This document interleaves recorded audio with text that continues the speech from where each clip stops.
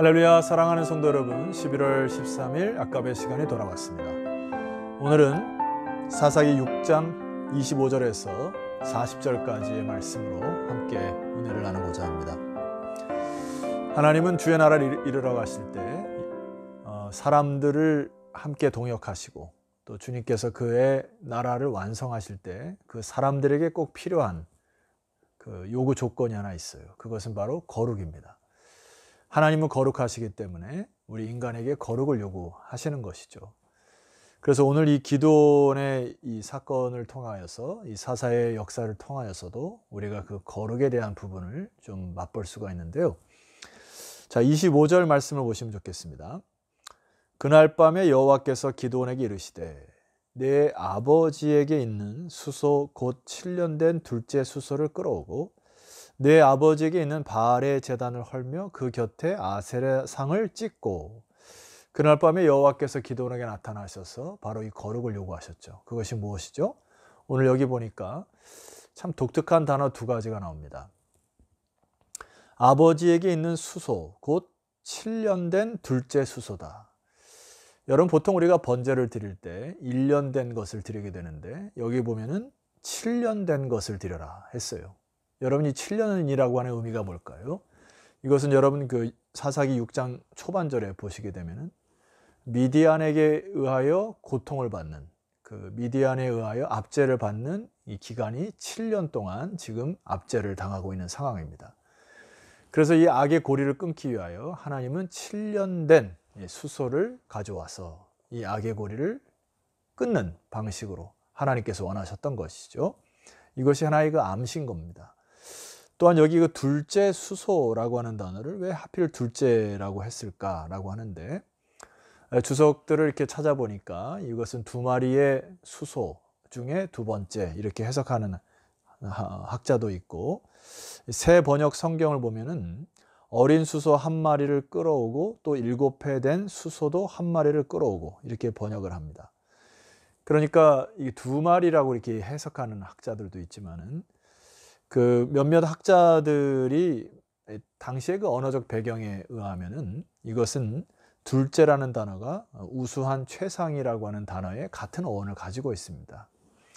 그래서 이것은 두 마리의 소가 아니라 7년 된 최상급의 수소 한 마리를 준비해라. 그러니까 이 악의 고리를 끊을 때 하나님께서 거룩을 요구하셔서 하나님 앞에 제사로 또 예배로 나올 때 하나님께서 이 악의 고리를 끊으신다고 하는 그 약속인 것이죠. 자, 26절을 읽고 제가 부연 설명을 좀 드리도록 하겠습니다. 또 이 산성 꼭대기에 내 하나님 여호와를 위하여 규례대로 한 제단을 쌓고 그 둘째 수소를 잡아 네가 찍은 아세라 나무로 번제를 드릴지니라 하시니라. 구체적으로 바알의 제단을 허물어 버리고 아세라 상을 찍어 버려서 그것을 땔감으로 사용하여 너희들의 과거의 모든 잘못된 것들을 다 제거하라. 이것이 바로 하나님께서 원하시는 거룩의 요구입니다.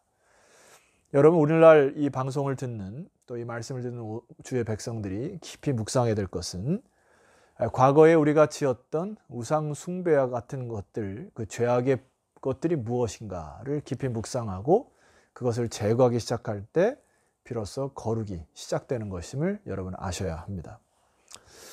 자, 또 하나, 이 거룩이라고 하는 것은 단순히 우리가 이렇게 수동적으로 악을 제거하는 것, 이것도 굉장히 필요하지만 능동적인 순종이 필요한 것이죠. 27절 말씀 보시면은 이에 기드온이 종 10사람을 데리고 여호와께서 그에게 말씀하신 대로 행하되 그의 아버지의 가문과 그 성읍 사람들을 두려워하므로 이 일을 감히 낮에 행하지 못하고 밤에 행하니라. 자, 여기 가만히 보니까 그의 아버지의 가문과 그 성읍 사람들을 두려워했다.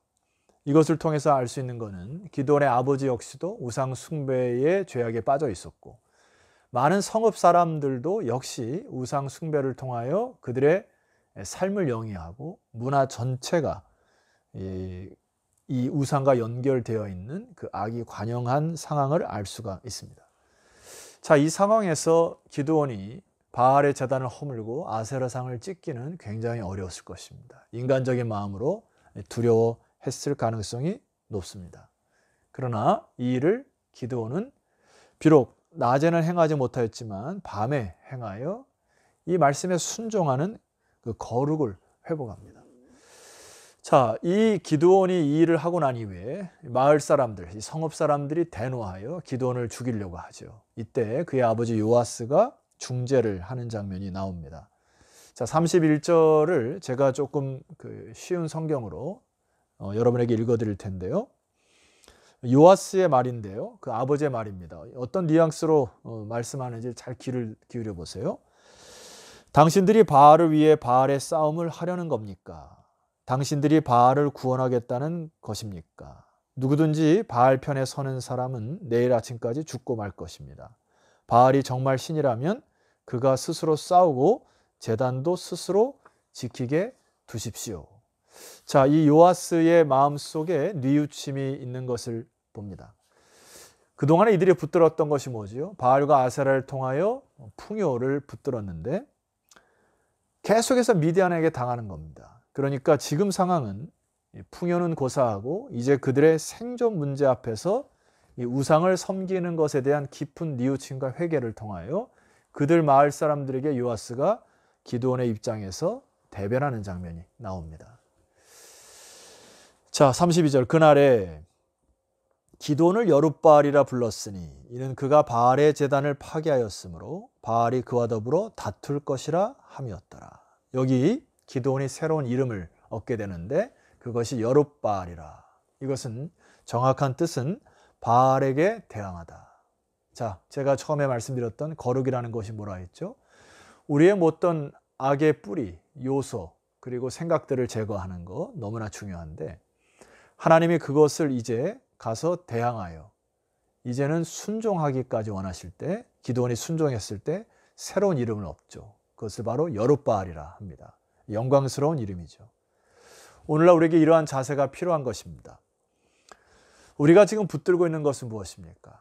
몸이 아픈 지체들에게는 하나님 앞에 무릎 꿇기보다는 좀 더 이름난 의사 혹은 대형 병원을 전전긍긍하지 않나 뒤돌아볼 필요가 있습니다.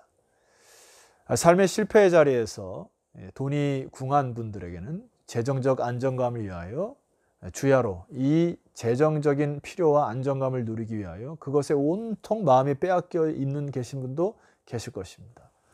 어떤 분은 외모에, 어떤 분은 자녀에, 어떤 분은 여러분의 성공에 수많은 마음이 빼앗겨 하나님이 우선순위에 물러간 이 일들이 있는가 잘 살펴보시고 오늘 여룻바알이라 이름을 얻은 기드온처럼 바알에게 대항하는 우상 숭배에게 대항하는 저와 여러분 되기를 주 이름으로 축원합니다.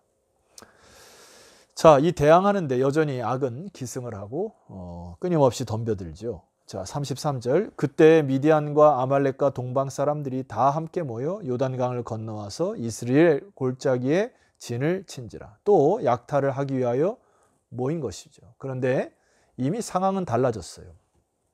왜냐하면 이에 대하여 하나님께서 역사하십니다. 34절 말씀 보시면은 여호와의 영이 기드온에게 임하시니 기드온이 나팔을 불매. 자, 여호와의 영이 기드온에게 임하셨다라고 하는 표현은 라바시라고 하는 단어인데요. 임하셨다. 이것은 옷을 입히다 이런 뜻이에요. 자, 이미 기드온은 성령께서 성령의 두루마리로 그를 입혀주셨어요. 이미 전쟁은 승리한 것이죠.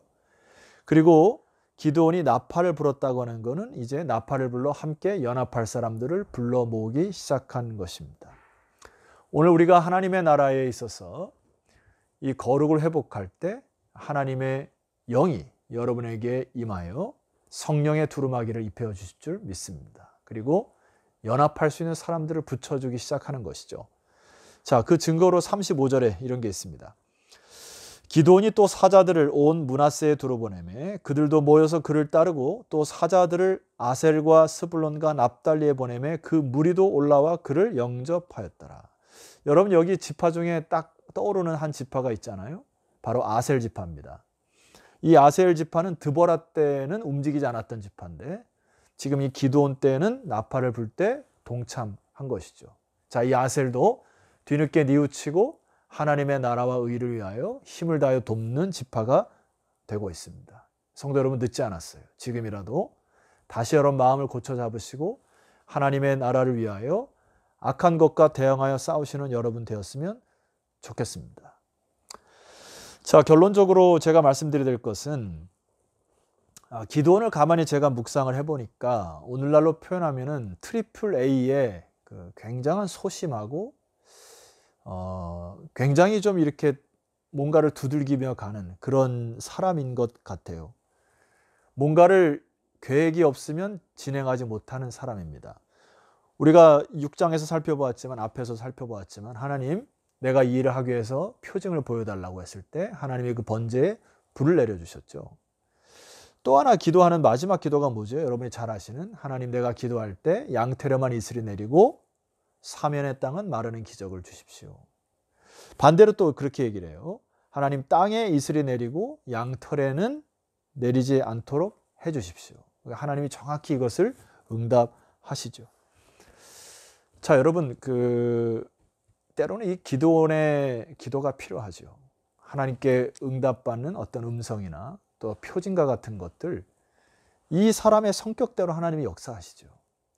그러나 이것이 전부는 아닌 것입니다. 왜냐하면은 우리가 하나님께 기도할 때 하나님의 세미한 음성을 듣는다거나 또 혹은 표징을 보여주신다거나 환상을 본다거나 하는 것들, 이스라엘 백성들이 애굽을 벗어나서 광야에서 수많은 기적들과 이상들과 표징들을 보았습니다. 그러나 그들이 또다시 죄악에 빠지고 원망과 불평의 인생을 살아가는 걸 보지 않습니까?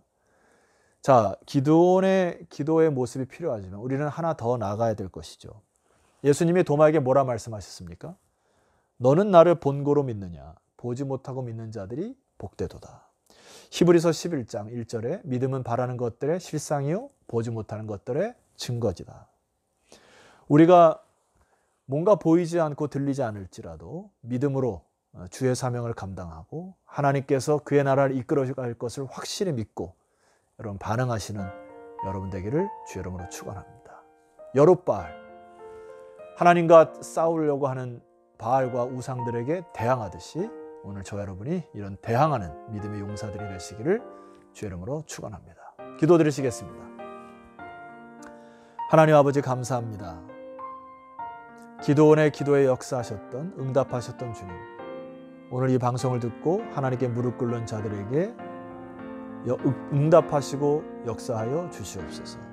뿐만 아니라 믿음으로 반응하는 자들 되게 하시고 반드시 하나님께서 온 우주를 주관하시고 끝날까지 모든 악을 이기시고 최종 승리를 거두실 것을 믿음으로 이제는 예수 그리스도를 높이 기치를 높이 들고 하루하루 믿음의 싸움을 싸우는 그런 믿음의 사람들 되게 하여 주시옵소서. 예수 그리스도 이름으로 기도드렸사옵나이다. 아멘. 자, 성도 여러분 수고 많이 하셨고요. 내일은 거룩한 주일입니다. 주일날 하나님 앞에 예배하러 이렇게 달려나오시고 또 오늘은 우리 자녀들과 함께 가까운 분들과 함께 주일을 준비하는 축복의 시간들이 되었으면 좋겠습니다. 내일 뵙겠습니다.